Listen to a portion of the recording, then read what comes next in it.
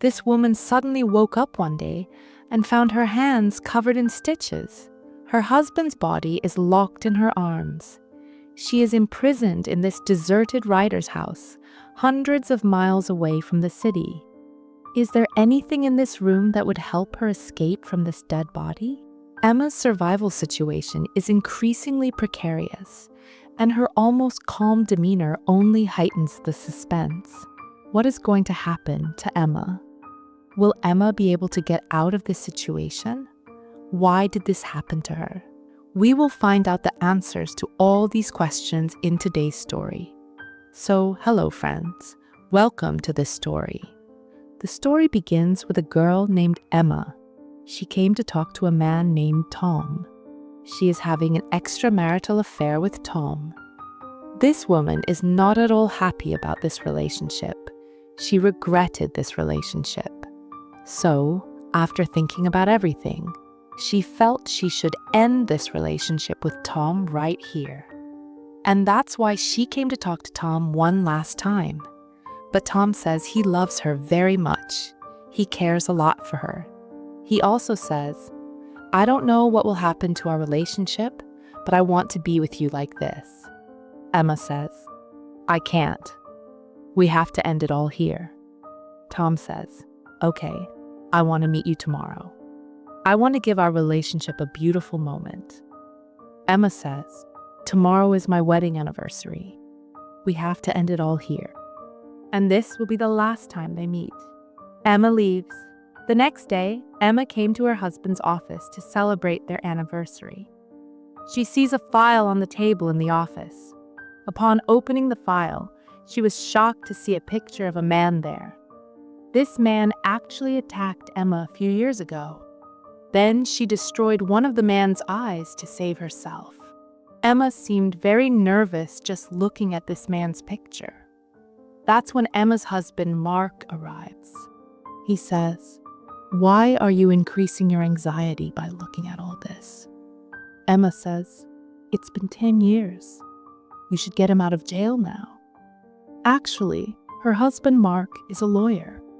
As the two of them were getting into the elevator, Tom suddenly appeared. He actually works in Mark's office. When Emma comes out of the elevator alone, Mark says he will drive her home. At night, Emma and Mark both go on a dinner date. Emma wears Mark's favorite red dress for the dinner date. Mark then gifts her a diamond necklace. Emma also gifts Mark 2 tickets to the Super Bowl. They both come out after eating at the restaurant. Mark tells Emma, I want to give you one final surprise before we go home. He blindfolds Emma with a black blindfold and puts her in the car. Emma wants to know where they are going. Mark says, I'm here. Emma couldn't accept that she had been blindfolded for so long, so she tries to open her blindfold. But then Mark interrupts her and says, don't ruin the surprise. Emma says, look, I'm not in a fun mood at all. She opens her blindfold. That's when she sees that Mark has brought her to the lake house. Mark says, I arranged it for today. We have many memories here, so today I want to refresh all those memories again. Emma was blindfolded again and brought to the lake house. After a while of entering the house, Emma opened her eyes and saw that Mark had decorated the room beautifully. And there, she sees a note where it is written, as long as I have breath, I will love you with all my heart. When Emma arrived at a room, she saw that the entire room was decorated with their pictures.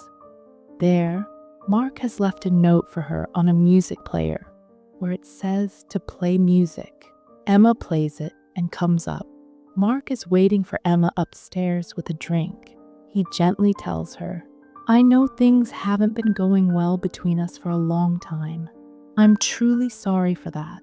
You've endured a lot, and I couldn't be the husband you deserved. I know this one surprise won't fix everything between us, but maybe it can be a new beginning.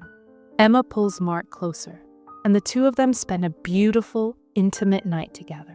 But the next morning, Emma wakes up to a horrifying sight. Her hand is handcuffed to Mark's. Confused, she asks, "What is this, Mark?" That's when Mark coldly says, "Now get ready to face reality." Without another word, he raises a gun and shoots himself. Blood splatters across Emma's face. She is in total shock, unable to comprehend what just happened.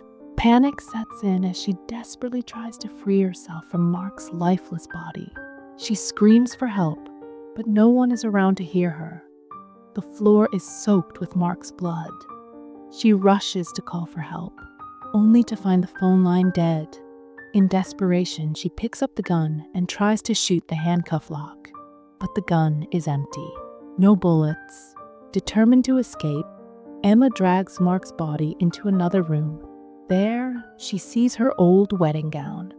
She places Mark's body on top of the gown and tries to pull it down the stairs to move his weight, but she is exhausted. When she finally steps outside, she sees the entire area blanketed in snow. Realizing she's completely isolated, Emma breaks down in tears. Mark has brought her to a remote location, far from any possible help. She begins searching for her cell phone, only to find it submerged in water. Mark had already destroyed it. She takes it out, but it's completely dead. She searches the entire house, hoping to find something, anything, to open the handcuffs. But it becomes clear that Mark has removed every tool from the house. Emma then searches every drawer for the car key. After finally finding it, she drags Mark's body, barely able to move it, and brings him to the car. But when she tries to start the engine, it won't start. Mark had drained all the fuel. She slams the steering wheel in frustration. Then she turns on the car's music player. A voice recording of Mark begins to play.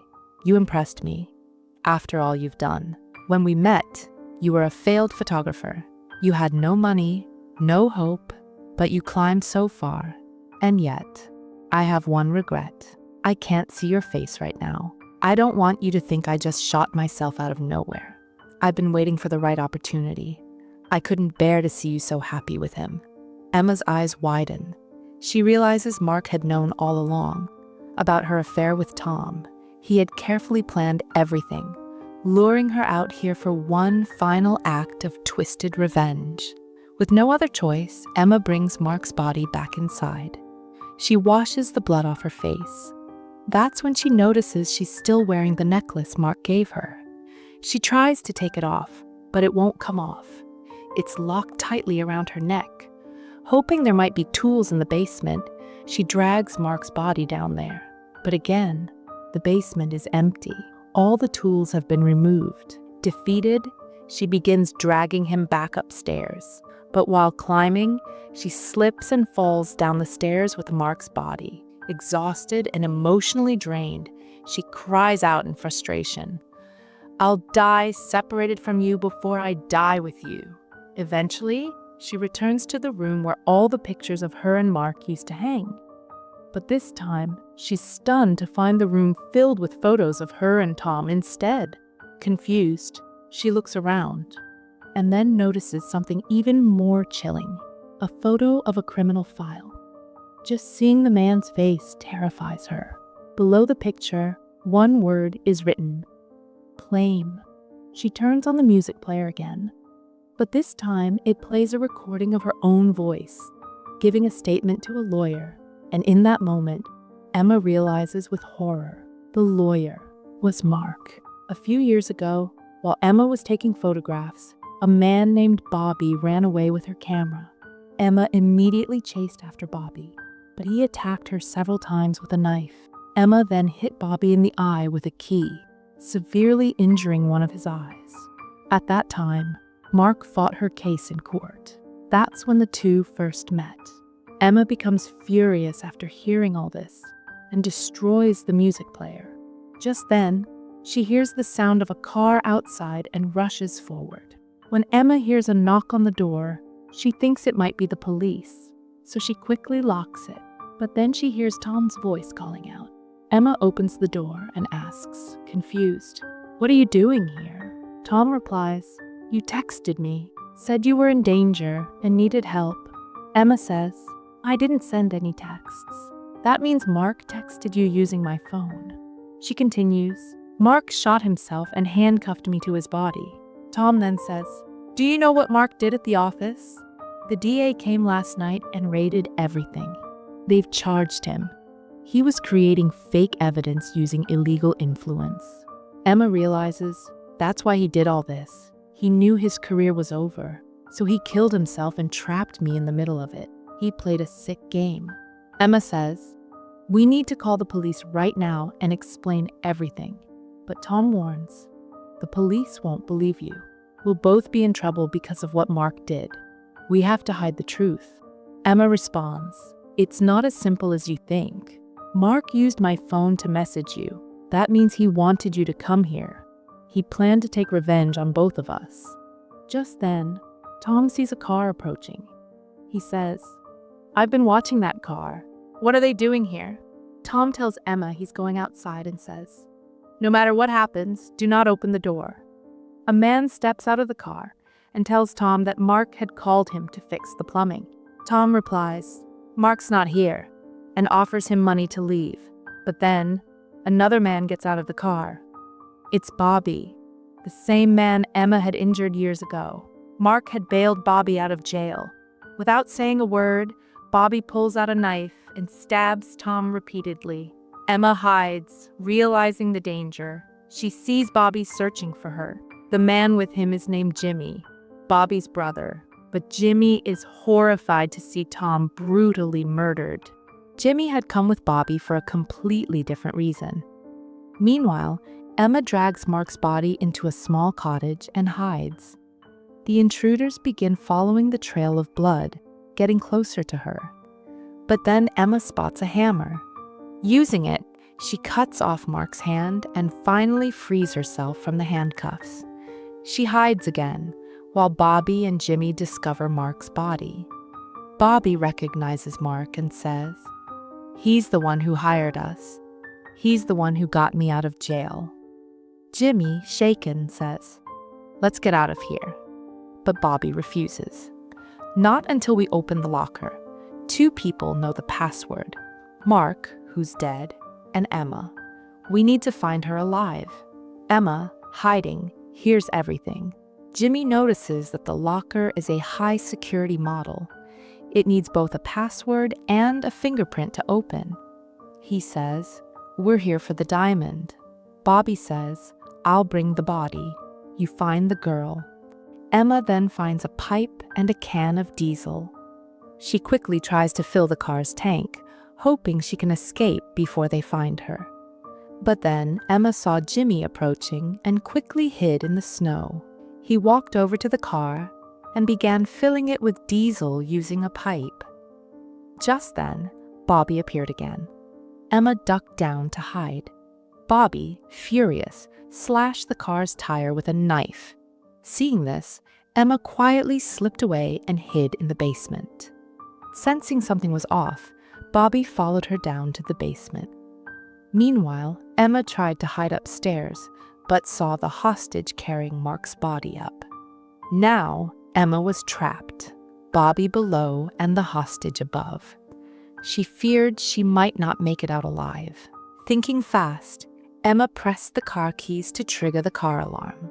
Hearing the sound, Bobby rushed outside but found no one. He realized Emma had tricked them. Seizing the chance, Emma came upstairs and found Tom's lifeless body. Heartbroken, she gently kissed his hand one last time. Meanwhile, Bobby, frustrated and full of rage, said, I lost everything in my life because of this girl. I spent 10 years in prison for her. I lost my home, my father, everything. But with this diamond, I'll finally fulfill my dream. He told his brother, she's close. That alarm was just a trick. She's still inside this house.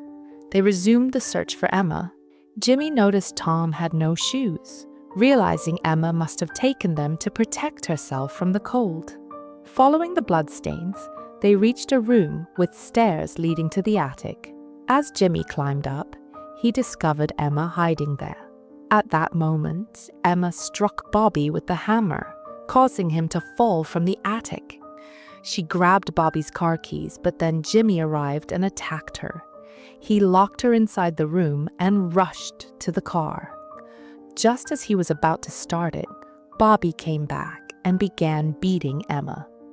Emma managed to grab Tom's phone and dialed 911 for help. Seeing this, Jimmy panicked and tried to escape, but Bobby shouted at him to stay and help find the diamond. Emma told Bobby she didn't know the password to the locker, but he didn't believe her. He dragged her to the locker and demanded the password again. She insisted she didn't know it. Bobby then said, "The password is the date Mark proposed to you. He told me that himself." He began torturing her to get the truth. The hostage intervened, trying to stop him. Bobby threatened to cut off Emma's toes. At that moment, Jimmy found Mark's gun and pointed it at Bobby. "No one's gonna hurt anyone," he warned. "We're here for the diamond, and once I get it, I'm leaving." The hostage pleaded with Emma to give them the password. Emma agreed, but only if they removed her handcuffs. The hostage agreed, and Emma was finally free. Then she revealed the password, July 29th, 2011, the day Mark had proposed to her. Bobby entered it using Mark's fingerprint, and the locker clicked open. But it was completely empty. Inside was only a message with Mark's name written on it. The true diamond, it seemed, wasn't in the locker. Jimmy suddenly realized the truth. The diamond had been hidden inside the necklace Emma wore around her neck. Emma said, "But it won't open." Mark made sure of that. Jimmy tried several times to open it but failed. Then Bobby growled, "That's why it won't open, because Mark wanted us to cut your throat and take it out." Jimmy insisted that no one should be harmed. "I'll take it out myself," he said. He tried repeatedly using pliers to open the necklace, but nothing worked. Then, in a sudden act of rage, Bobby grabbed the gun from Jimmy's pocket and shot at Emma. But there was only one bullet in the gun, the same bullet Mark had used to take his own life. The shot didn't harm Emma. Frustrated and out of options, Bobby, seething with anger, raised a knife, ready to cut Emma's throat. Jimmy rushed to stop him, and a violent fight broke out between the two brothers. During the scuffle, Bobby slammed Jimmy's head against a metal rod on the wall. The blow was fatal. Jimmy died instantly. Now furious, Bobby turned his rage toward Emma. But Emma, determined to survive, attacked him with a knife. A brutal struggle followed between them. Bobby managed to stab Emma in the leg, but she fought back with the pliers nearby and struck Bobby hard to defend herself. Bobby collapsed, unconscious. Acting quickly, Emma used Mark's handcuffs to lock Bobby up. Despite the deep wound in her leg, she dragged herself toward the car and started it. But Bobby regained consciousness and began dragging Mark's body, trying to reach her. Emma drove the car forward. When Bobby stepped in her path, she hit him, but he rolled away, avoiding a fatal blow. The car crashed into another vehicle. As Bobby came at her again, she rammed into him once more, this time crashing the car into the garage. Emma climbed out and tried to flee, limping heavily due to her injuries. Bobby, realizing she wasn't inside the car, chased after her. Emma, unable to walk properly, crawled across the frozen ground. Bobby eventually caught up to her. He raised the knife and tried to stab her, but she moved just in time, and the blade hit the ice instead. He kept attacking her, stabbing the ice again and again. Cracks started forming beneath them. It was a frozen lake. Just then, and stabbed Bobby in the chest with a knife. At the same moment, the cracking ice split open violently, and Bobby fell into the freezing water below. But even as he sank, Bobby wasn't done. In one final act of vengeance, he grabbed Emma's hand and pulled her into the water with him. Beneath the ice, Emma fought to survive. Bobby clung to her, refusing to let go. With her last ounce of strength, Emma stabbed Bobby in the eye, finally forcing him to release her. But she couldn't find a way out. the lake was sealed with thick ice above. Desperate, she began smashing the ice with her knife. At last, she broke through and surfaced, gasping for air. The first thing she did after escaping the icy grip of death was take off her wedding ring and throw it into the lake, letting go of her painful past once and for all. Emma had finally freed herself from Bobby forever. Just then, the police arrived and rescued her, and with that, the movie ends. Emma, victorious and alive. So friends, this was today's story. I hope you enjoyed it. See you in the next one. Keep loving, stay safe, bye.